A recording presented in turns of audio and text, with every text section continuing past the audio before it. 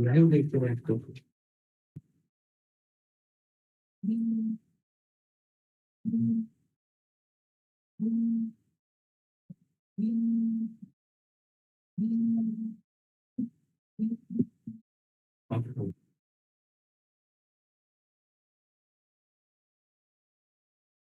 Namaskar and once again good evening to all.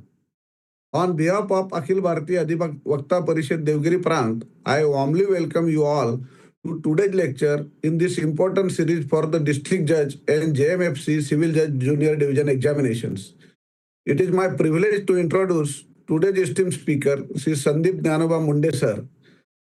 Shri Sandeep Munde sir is currently serving as Deputy Registrar Group A at the Maharashtra Administrative Tribunal Mumbai bench at Aurangabad since January 2023 and is also holding the additional charge of Registrar since February 2024. He is an excellent academic background, having completed BSL, LLB and LLM with first class from MP Law College, Sambhajinagar with specialization in constitutional law. He has also qualified the SET examination in 2019. He enrolled as an advocate in 2014 and had practiced with Advocate Rahul Karpe in the High Court of Bombay bench at Aurangabad and various tribunals. He also has valuable teaching experience from 2020 to 2025, teaching the subjects like Civil Procedure Code, Administrative Law, Jurisprudence, etc. Notably, he secured first rank in Maharashtra through MPSC for the post of Deputy Registrar Maharashtra Administrative Tribunal and had also qualified interviews for Civil Judge Junior Division and Assistant Public Prosecutor post. With such a rich experience and achievements, we are fortunate to have him guide us today. He will now deliver his lecture on the Civil Procedure Code 1908, Part 1, Introduction. I respectfully invite Shri Sandeep Munde sir to begin his lecture. Thank you. Thank you, sir, for introducing me.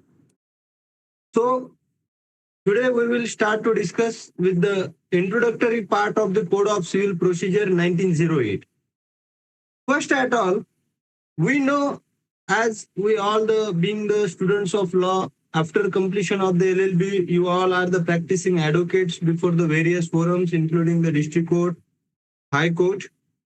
First at all, the Code of Civil Procedure 1908. Prior to it, what is the reasons behind it for introducing the Civil Procedure Code? Or what are the two kinds of laws? Basically, there are two kinds of law. That the one is the substantive laws and another one is the procedural law or the adjective laws.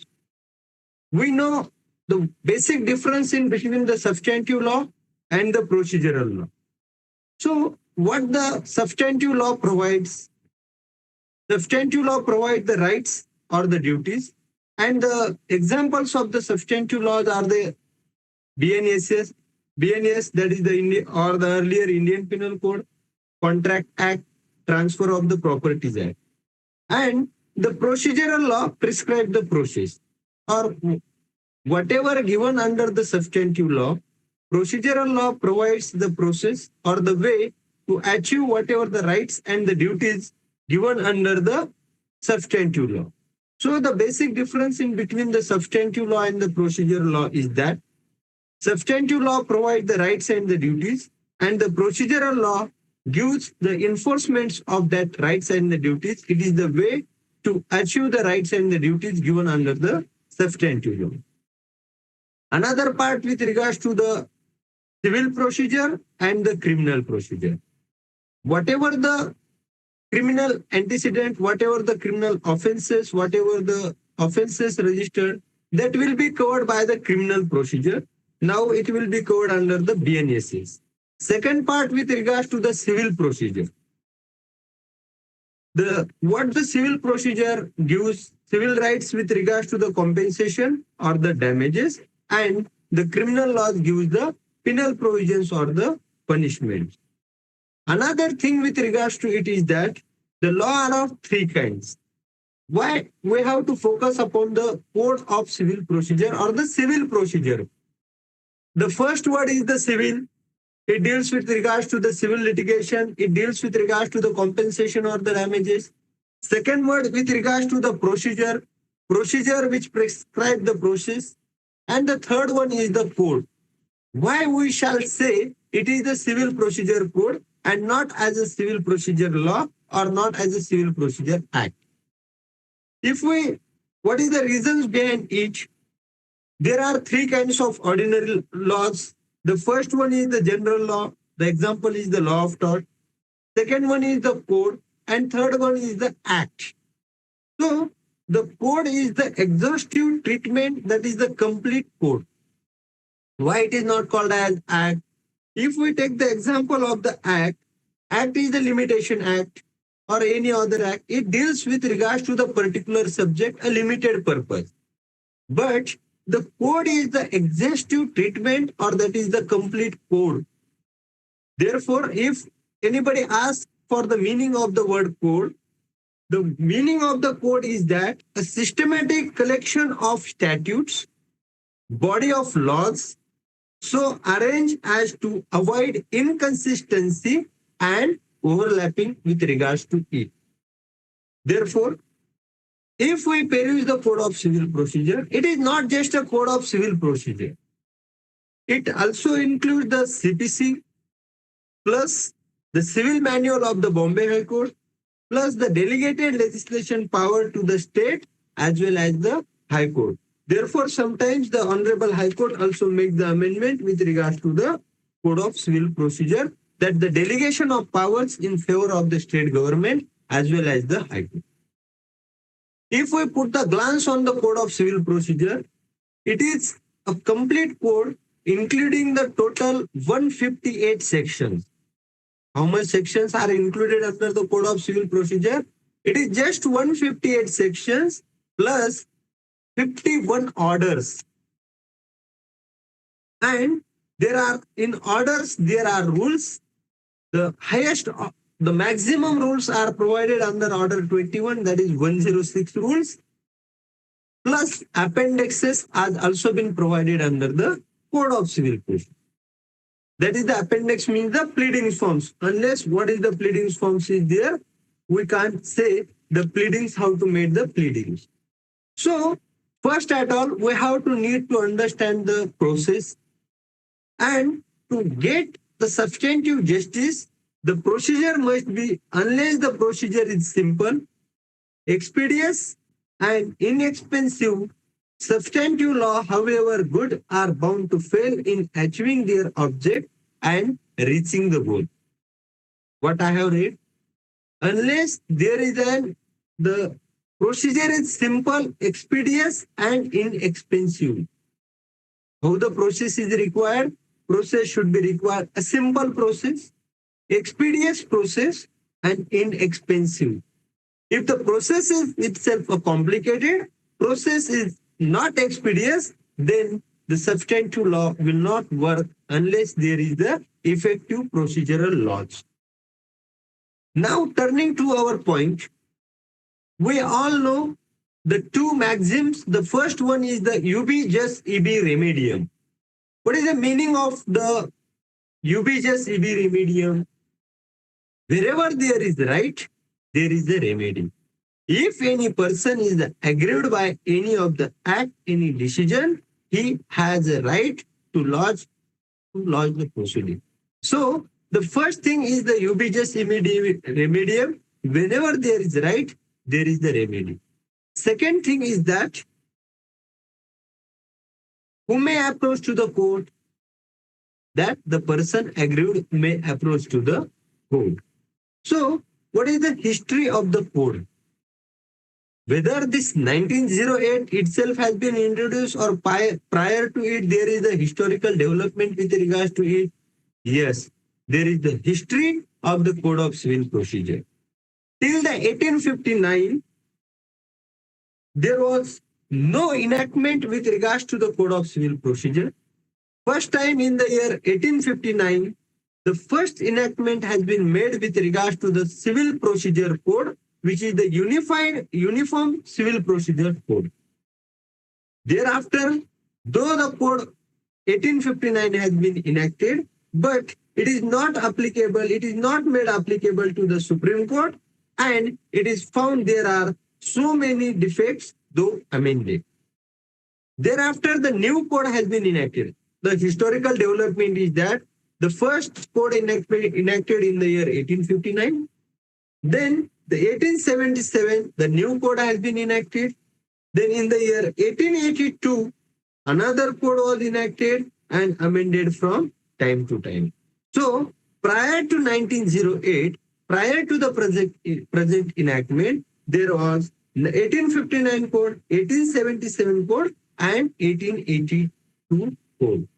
So the first time the complete Uniform Civil Procedure Code has been enacted in the year 1908, and also because another maxim with regards to the law changes, society changes, law is also required to be changes. Because society changes, law also requires to be changed.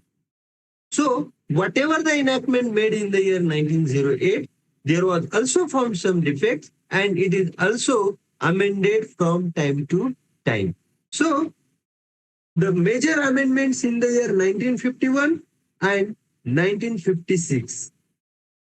These are the two important amendments at the earlier position, in which the Law Commission report has given the various recommendations with regards to the improvements of the Code of Civil Procedure. What is the first recommendations with regards to it? What work has been done by the Law Commission with regards to it? They have focused upon three things. The three things are: the first one is the fair trial, second one is the expedient disposal of the civil suits and the proceedings, and the third one is that the procedure should not be complicated. The Law Commission has given the recommendation for the amendments of the Code of Civil Procedure on the basis that there has to be the fair trial, there has to be the followance of the principles of natural justice. Second, focus upon the expedite disposal of the civil suit and the procedure. So, the major defamation with regards to the civil proceeding is that the civil courts not decide the proceedings as early as possible, and it will take the time. The second aim of the Law Commission by recommending that there should be the expedient disposal of the civil suit and the proceedings. And the third thing is that if the procedure is simple, so they focus upon procedure should not be complicated, procedure should be simple. Therefore, after these two amendments, in the year 1976, the code has been amended, wherein certain recommendations given by the various committees has been amended, and that has been incorporated in the code of 1908. What they did, first thing with regards to the section 11, that is the popular res judicata. In view of Amendment Act of 1976, res judicata has made more effective. Then the transfer of the proceeding. If there is the transfer of the proceeding from one high court to another high court, or from one state to another state, the jurisdiction has been given to the Honorable Apex Court under section 25 of the Code of Civil Procedure. Third thing, that the execution. In the execution proceeding, the provision has been made for the attachment of the salary. Then the next thing with regards to the section 80, we know the suit by or against the government. If anybody wants to relief against the government, the less stringent provision has been made with regards to the section 80. Then the restrictions on the rights of appeal and the revision. The various restrictions has been put by approaching to the appellate courts or by using the power of revision. Then after the limitation, it is the major task with regards to it has been made a time-bound manner that the filing of the return statement and documents were required to be filed without delay. Therefore, what the provision after the issuance of service of summonses, the concerned defendant is required to file the return statement within a period of 30 days. So, the limitation period has been prescribed for issuance of notices, for service of summonses, for filing of the return statement, as well as for filing of the documents for it. The practice of passing the preliminary decree and the final decree in certain suits abolished. As we know, the decree are of three kinds: preliminary decree, final decree, partly preliminary, partly final decree. What they did in certain suits, whenever it is not required to pass the preliminary and final decree, that practice has been abolished. Scope of summary trials has been substantially widened. Summary suits we have to discuss, in which it is required to dispose of the suit in the summary manner, as well as the free legal aid provide the relief to the poor sections of the society. But the journey of the amendments not stayed or not stopped in the year 1976 itself.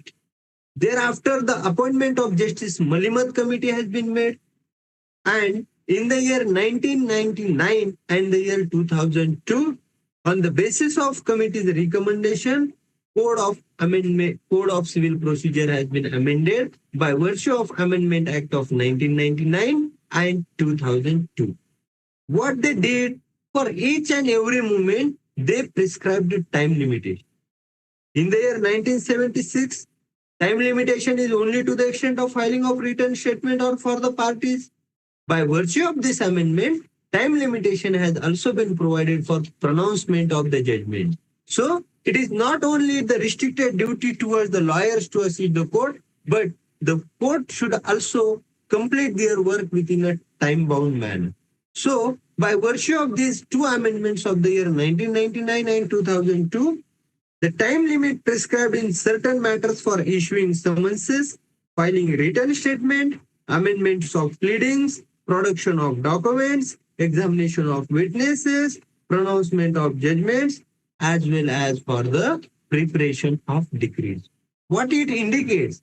It indicates that from the institution of the suit, the court should issue the summonses within time manner up to the preparation of decree. Entire civil proceeding, entire civil suit has given the time-bound manner.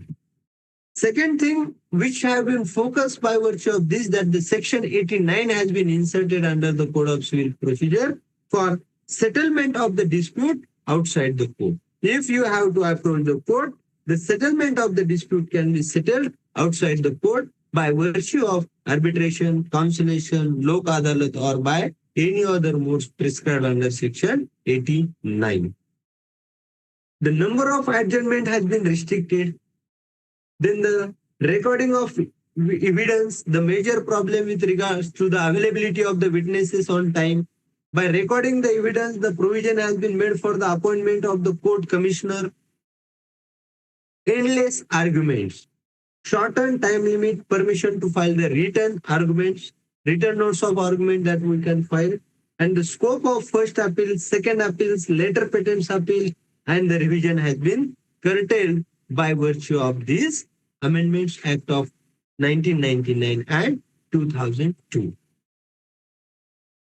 Now, we have completed our first part with regards to the why the Code of Civil Procedure Code 1908 has been enacted, historical development of the Code of Civil Procedure, and the major important amendments of the year 1951, 1956, 1976, 1999, and 2002. Now, we will move the today's main topics with regards to the preparation of district judge examination as well as the civil judge junior division and judicial magistrate first class examination.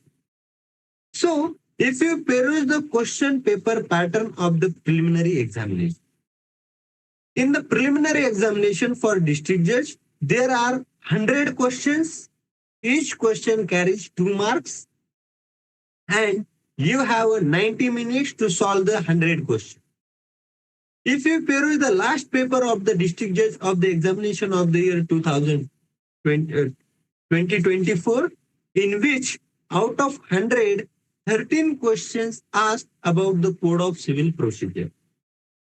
In the preliminary examination, you have given the options. Options gives what is the correct answer in each. A, B, C, D. And the options are A is so and so, B is so and so, C and D, A is correct, B is correct, or A and B both are wrong. It gives you the options. You have to give the option, that is the MCQ, multiple choice questions are available. You have to solve the 100 question within 90 minutes. That examination is for 200 marks and the negative marking system is there. For the judicial magistrate, in the last year, 13 question has been asked on the paper of Code of Civil Procedure. If we take the example of judicial magistrate first class and civil judge junior division preliminary examination, here also near about 13 acts are there, out of which each act covers the 10 to 15%, in which also the Code of Civil Procedure, the 12 to 13 questions will be asked, and there for the CJJD and JMFC, one question carry 1 mark and you have to solve it. So, for preliminary examination, what is the difference or how to prepare for this examination on the different stages? Because there are the major 3 stages for the preparation. The first one is the preliminary examination, in which you have to solve the multiple choice questions. Second one, there is the testing of your knowledge in the written form. You have to write down the answers. Basic thing with regards to the main examination of the district judge is that you have to solve the civil paper and the criminal paper differently. For civil paper, you have to solve, it is for the 100 marks, in which there is the judgment for 30 marks. You have given the facts of the appellate court, that the so and so court has passed the decree in such and such circumstances, and you have to given the judgment as like a district judge. It is for 30 marks. Second thing with regards to the essay, on the any current topic, there will be the essay, it is for 20 marks. Out of 100, 50 marks is for, out of 50, 30 is for judgment and 20 for essay. 50 marks question paper has been solved. For remaining 50 marks, you have to prepare near about 10 acts. Out of which, if you peruse the last question papers, near about 20 to 30 marks, the questions has been asked on the basis of Code of Civil Procedure. If we look into the jurisdiction of the civil code, if we look into the what is the meaning of res judicata, transfer of the proceeding, what is the basic ingredients to understand the Code of Civil Procedure from the institution of the suit up to the execution of decree, entire things are covered under the Code of Civil Procedure. So, in each examination, 100% there will be the question for 10 to 30 marks on the paper on the subject of Code of Civil Procedure in the district judge examination. Same thing also apply in the civil judge junior division, and it is the daily practice. If you are the practicing lawyer, the Code of Civil Procedure will help in each and every day with regards to the practice. So, if we have to study the Code of Civil Procedure, how we can prepare for the competitive examination by going through or by glance on the Code of Civil Procedure. For the study purpose, we may divide the Code of Civil Procedure into 4 parts. Why it is required to divide the Code of Civil Procedure into 4 parts for the preparation of any competitive examination? Because first at all, it is divided in 2 parts. One part deals with regards to the sections. In the total 158 sections are there. Another part which includes there about 51 orders. But if we peruse all these things, what it indicates, from section 1 to section 35 and order 1 to order 20.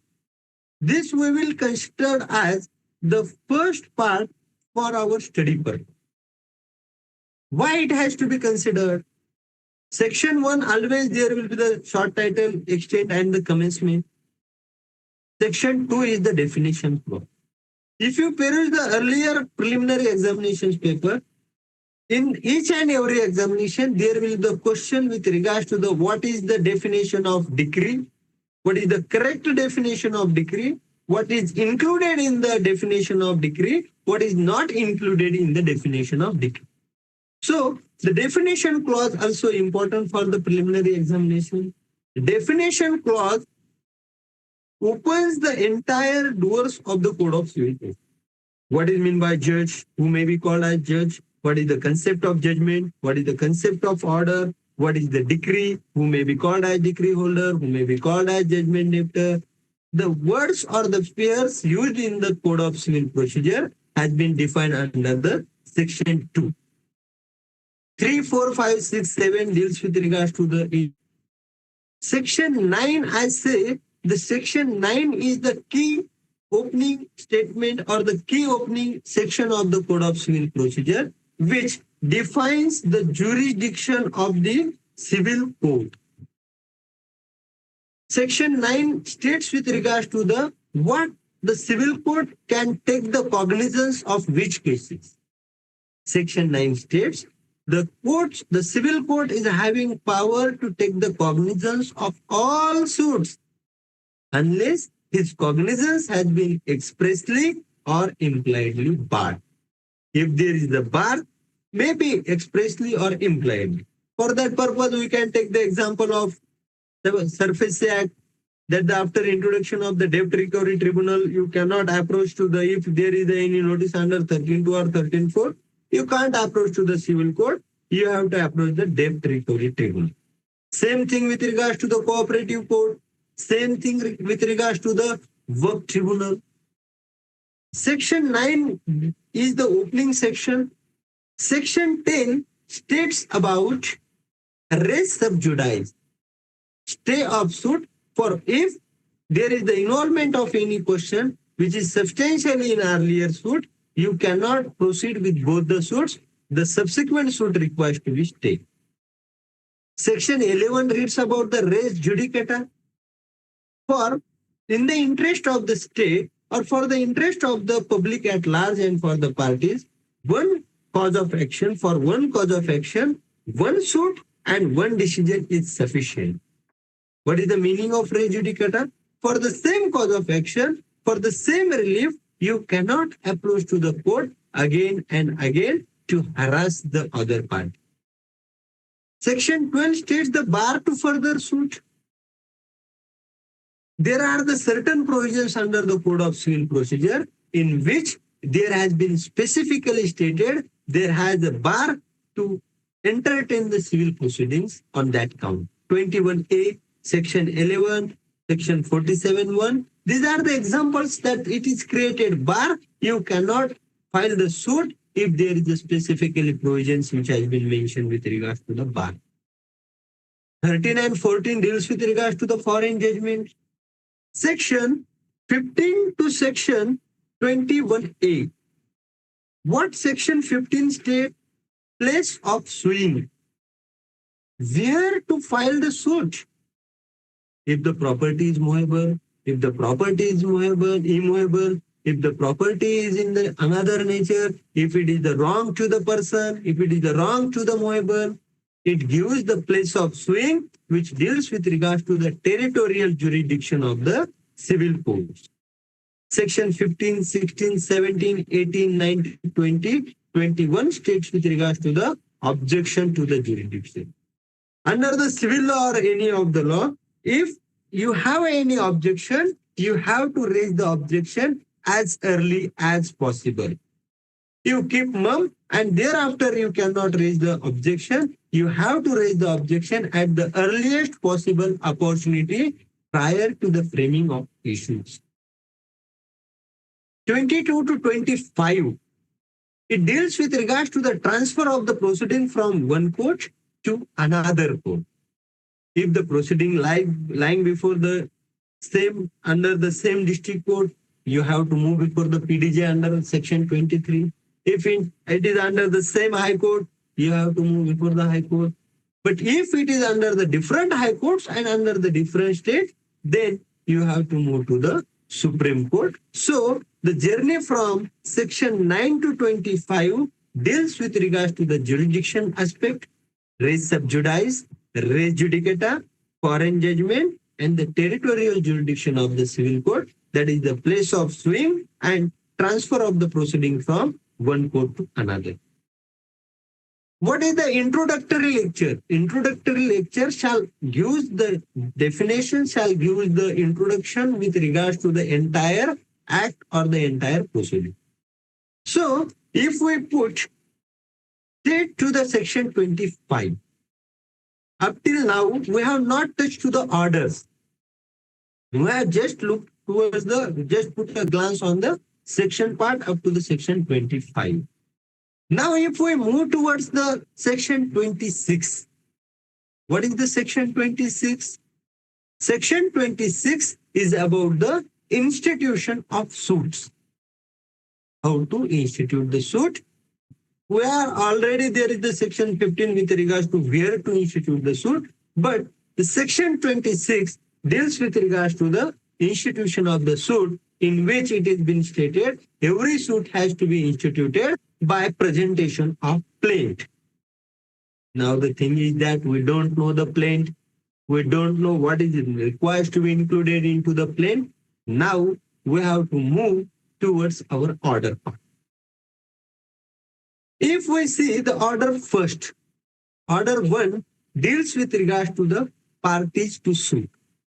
Can you have ever been seen any suit claiming relief against your own self? No. At least for fighting, there should be two parties. In the civil litigation, there has to be the two parties, which is naming as one is the plaintiff, another one is the defendant. So the order 1 gives us the information about who may be called as plaintiff, who may be joined as plaintiff, who may be called as defendant, who may be joined as the defendant. In order 1 parties to suits, there are the definition or there are the informations about the joining of the parties. What is the meaning of representative suit? We always file the intervention applications for the necessary party.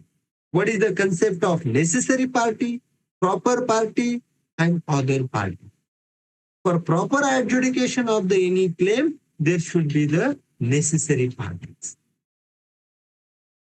Order 1 deals with regards to the who may be the parties. Order 2 is the frame of suit. How to frame the suit? Cause of action. Joinder of cause of actions, misjoinder of cause of actions. If there are the similar type of cause of action, you may add all them as a parties and you may file a one suit.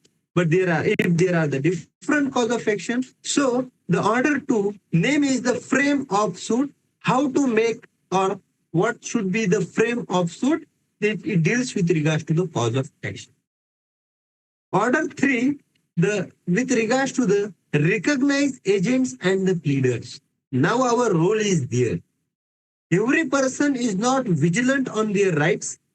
Every person didn't, all persons are laymen. Every person is not having the knowledge of law. So what the order 3 states, recognized agents and the pleaders. If we have to file any suit against the Reliance industry, can the Ambani will be here to represent the society, to represent the suit? No, he may appoint somebody to engage the lawyer, and order 3 gives the power in favor of the advocates, attorneys, pleaders to appear and argue the case. Once the wakalatnama has been filed, unless that proceeding has been finished or the parties or the advocate died, it will be in the substance. These are the 3 basic things: parties to the suit, frame of the suit, recognized agents and the pleaders. What the order 4? Order 4 and section 26, that is the institution of suit. In order 4, there is the reference that every suit is required to be instituted by presentation of plaint. Now, the question is that what is meant by plaint? For that purpose, we are required to see this order 6 Order 7, Order 6 deals with regards to the pleadings generally. What should be pleadings in your case? Pleadings generally is applicable to the plaint as well as written statement. That is the order 6, in which we have to see pleadings. What should requires to be plead? Can we plead the evidence? No. We have to give only and only material facts. We have to state only the facts and not the law, not the citations, not the case law. In the pleadings, it is the rule of the pleading that in the pleadings you have to state the facts, and that fact should be the material fact. In the pleadings, there is the pleading. What should be? There are the contents of pleading, amendments to the pleading. Then order 7 deals with regards to the plaint. What are the essential ingredients which are required to be mentioned in the plaint? In the plaint, it is required to be mentioned the name of the court, name of the parties, the brief facts of the case, what is the cause of action, whether it is in the limitation, and the prayers. For institution of any suit, 4 things are required, 4 essential things are there. The first one is the parties to the suit. Second thing is the subject matter under dispute. Third thing is the cause of action with regards to the subject matter. And the fourth thing is the relief claim. Why I am telling you, if you have not mentioned the cause of action, if you have not given the jurisdiction clause in your suit is liable for rejection, your suit is liable for return. Under the order 7, there is the concept of under rule 10, return of plaint, and under rule 11, rejection of plaint. Then we have to move back from section 27 to section 32 and order 5. We have instituted the suit in view of order 4, but we have added somebody as a party defendant in the suit. It is also required to give the intimation that yes, Mr. Such and such suit has been filed against you and such relief has been claimed against you. Then what is required? Requires to issuance of the summonses and service of summonses upon the defendant. That can be done in view of order 5, section 27 to 32, in which there is also the provisions with regards to the discovery and inspection that is covered under order 11. After the service of summonses, defendant has been called upon to file the written statement. How to draft the written statement? That has been given under order 8, which named as written statement, set off, and counterclaim. There should be the denial. There should be the specific denial with regards to it. What should be required to be mentioned in the pleadings of the written statement of the defendant, in which after the amendment, the 2 things has been included along with the written statement, that is the set off and the counterclaim. Counterclaim is the cross suit against the plaintiff. Set off is whatever you want to deduct, whatever the set off you are claiming, that will get. Order 9 states with regards to the appearance of the parties and consequences of non-appearance of the parties, which I popularly say, Hajir to Wajir. If the plaintiff filed the suit and he remained absent, court will pass the order of dismiss in default. Plaintiff filed the suit, serve the defendant, he remains absent, court will proceed the ex parte order, he will proceed, in which order 9 also the provisions has been given, setting aside the ex parte decree and setting aside the dismissal order. Then the crucial point wherein the first time court looks into the pleadings of the parties, that is the order 10, examination of parties. What it states, now up till now, the completion of pleadings is there of both the sides. Now the court will look into the pleadings of the parties, and it is mandatory upon the court to refer the parties for mediation. That is under section 89 of the Code of Civil Procedure. They have to opt one of them, and if the matter has been settled, court will pass the decree, matter ends. If settlement has been failed, then the file will again get to the judge and court will proceed. 11 deals with regards to the discovery and inspection. If the party admitted fact, in view of order 12, court will pass the decree on the basis of admission. If there is no admission, now the trial will begin with the order 13, that the production of documents and impounding and return of documents. It is the stage prior to the framing of issues. According to the order 14, the judge has to frame the issues, and for the right decision, correct issues are required to be framed. But prior to the framing of issues, it is required to produce whatever the documentary evidence available with the parties. If that documentary evidence is infringement of any law, court has power to impound it, and court is also power, if that document is not relevant, court will, the provision is with regards to the return of document.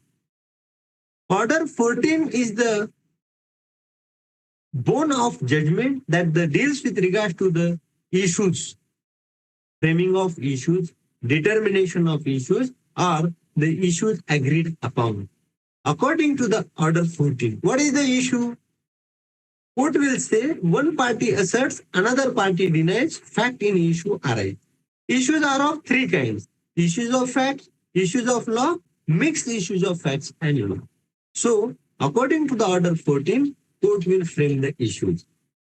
And as I have already told, for the right decision, correct issues are required to be framed. Then come to the order 15. What the order 15 states: disposal of the suit at the first hearing. How the court may dispose of the suit at the first hearing if the parties are not at all issues. If the parties are at all issues and no further evidence is required, court has power to decide the same. Now, again we have to move along with the order 16 to the order 5, that is the issuance of summonses and attendance of witnesses. Summoning and attendance of the witnesses. After issuance of the summonses, you have to given the list of witnesses which you have to going to be examined them. That is the same procedure as laid down under the order 5 with regards to it. Now, our favorite order with regards to the order 17, that is the adjournment, that we may say the Tariq. As per the order 17, only 3 adjournments are permissible to the party. The reality we know. The second one, order 18, deals with regards to the hearing of the suit and examination of witness. Whatever witnesses has been called in view of the order 16, and the parties to the suit are required to be take the evidence. That evidence can be taken and arguments can be laid in view of order 18. 19 deals with regards to the affidavit. For chief examination, affidavit can be filed, and it is the 19th affidavit. The last part of our first part of the Code of Civil Procedure, that passing of the judgment and decree. Order 20, once our arguments have been concluded, it is the duty upon the court to pass the judgment, and decree shall follow the judgment. The court has to prepare the decree. This will be the first part of our Code of Civil Procedure from section 1 to 32. 33 deals with regards to the judgment and decree. 34 and 35 deals with regards to the costs and the interest. Now, once the court heard the case, court will pass the judgment and decree. So, this is the base of the Code of Civil Procedure, which prescribe the procedure from institution of the suit, from who may be added as a parties to the suit, up to the passing of judgment and decree, and it will cover from section 1 to 35 and order 1 to order 20. Now the next way, the persons in whose favor order has been passed and the parties who are agreed to the proceeding. There are the two parties in the proceeding. Both parties are only can be happy if the matter has been settled in the Lok Adalat, or the matter has been settled in view of the order, in view of reference to the order 10, section 89.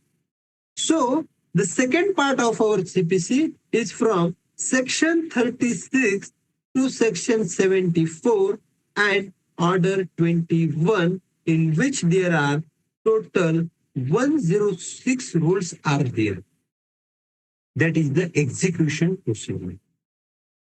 Unless the judgment and the decree or the order passed by the courts has been executed by the competent court, the concerned decree holder cannot enjoy the fruits of that decree.